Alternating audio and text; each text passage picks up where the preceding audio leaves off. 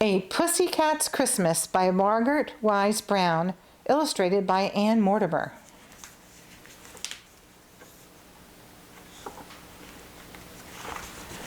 A Pussycat's Christmas.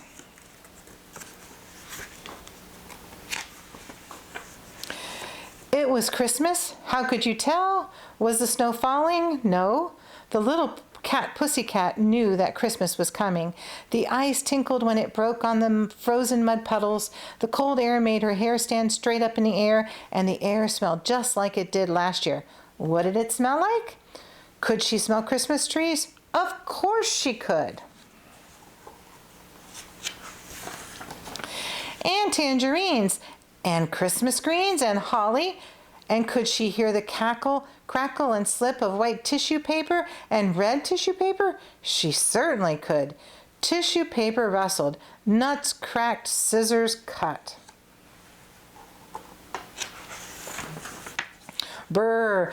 There wasn't a flake of snow in the sky, but the sky was dark and low, and there was a dark smell of winter air before snow. And then, click! The street lights clicked on all over town, and as the heavens turned dark beyond the window, one by one the snowflakes began to fall out of the sky. How did little Pussycat know? Could she hear the snow?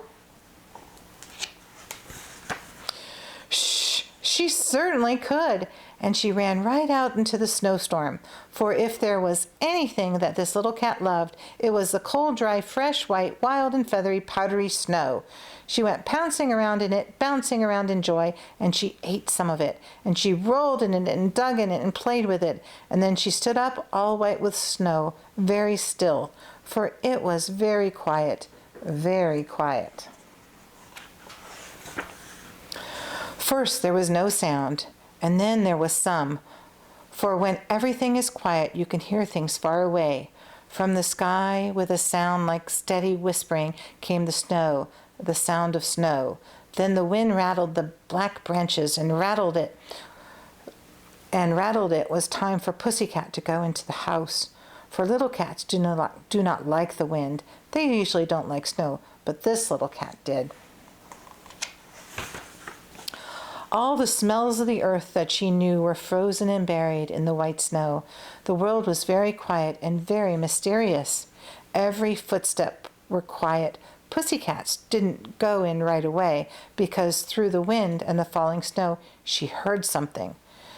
She stood very still, stretched her ears there in the whitened darkness, and soon she heard it coming from far away. Ding, ding, ding, ding, jingle, jingle, jingle, jingle. What is it? She heard it going by in the white falling snow. She saw it. She saw the sleigh go jingling by.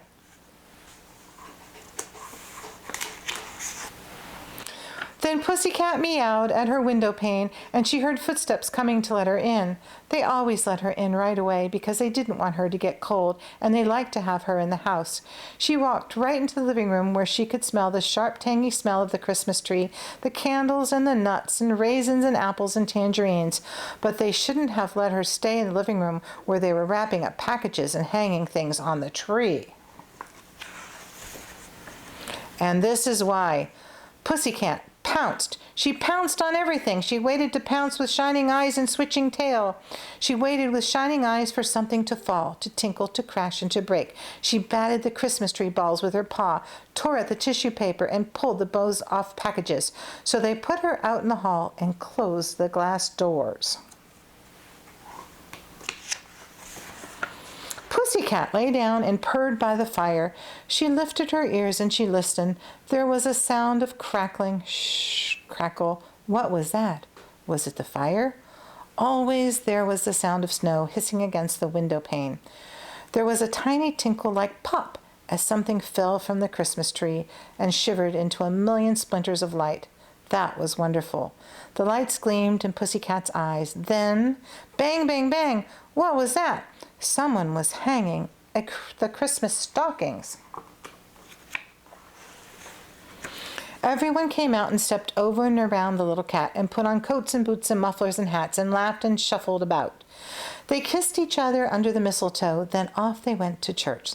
Suddenly and quietly, far off in the night, Pussycat could hear ding dong, ding dong, ding dong, ding dong. When everyone had gone, it was dark and quiet. The snow had stopped, and there was only the smell of the Christmas tree filling the house, and silence. Then softly at first, but distinct in the night, she heard people walking from window to window, the dark carolers on the white snow. Through the still air their voices came to her listening ears over the silence of the frozen snow. In the silence of the moonlight, in the silence of the night, in the silence of the bright stars, high in the sky, silent night, holy night, all is calm, all is bright. And as the little Pussycat purred and purred by the fire, she heard in the distance the music fading far down the road. Then she pushed open the living room door with her paw, and there in the silent house was the Christmas tree. It sparkled and glistened with lights, gold and silver and blue, the light of rubies and emeralds shining like no tree that any cat had ever seen in the woods.